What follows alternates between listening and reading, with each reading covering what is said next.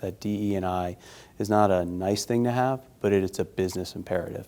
And you should approach that process like you would any other business imperative, starting with the end in mind, understanding what type of goals you're attempting to reach, and then working backward from there, setting forth various different metrics, various different milestones, KPIs, in order to help you track where you are along that journey. Joining me today is David Alagno, Senior Vice President of Human Resources with AvalonBay Communities. David, thanks so much for joining us. Thanks for having me. Now, you were on a panel here at REITworks focused on defining DEI targets and aligning metrics with business goals. What advice would you give to a company that is in the early stages of trying to identify their DEI targets?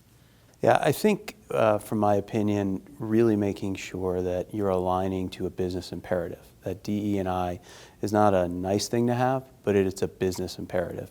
And you should approach that process like you would any other business imperative, starting with the end in mind, understanding what type of goals you're attempting to reach, and then working backward from there, setting forth various different metrics, various different milestones, KPIs, in order to help you track where you are along that journey.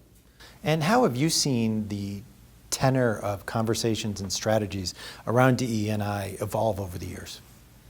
So it started with a flurry after the death of George Floyd was really the catalyst for much of this activity in corporate America. And it was led with a lot of emotion, with a lot of fervor, with a lot of enthusiasm, and really manifested itself in a lot of activity taking place. And over the past few years, we've seen that activity and that enthusiasm in some cases has waned, and in some cases, because we weren't starting from a place of a business imperative, we were starting from a place of emotion and a place of doing the right thing, which is still the case.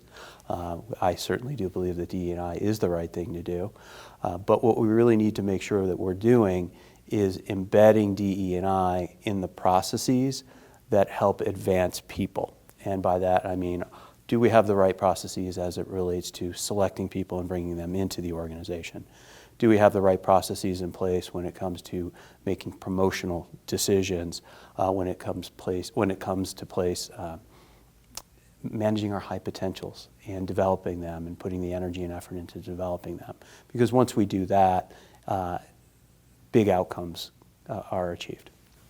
And in your opinion, what are the biggest challenges, either real or perceived, that organizations face when striving to create a diverse and inclusive organization? And how do you suggest companies overcome some of those? So I think they have to be honest with themselves around where we're starting. And not everyone's going to be starting from the same place. We're all at a different stage of this process. And really putting some metrics into place is a good first step to understand where we are. Then making some milestones around where you want to be and measuring that over time. It starts with small actions, and small actions can lead to big outcomes.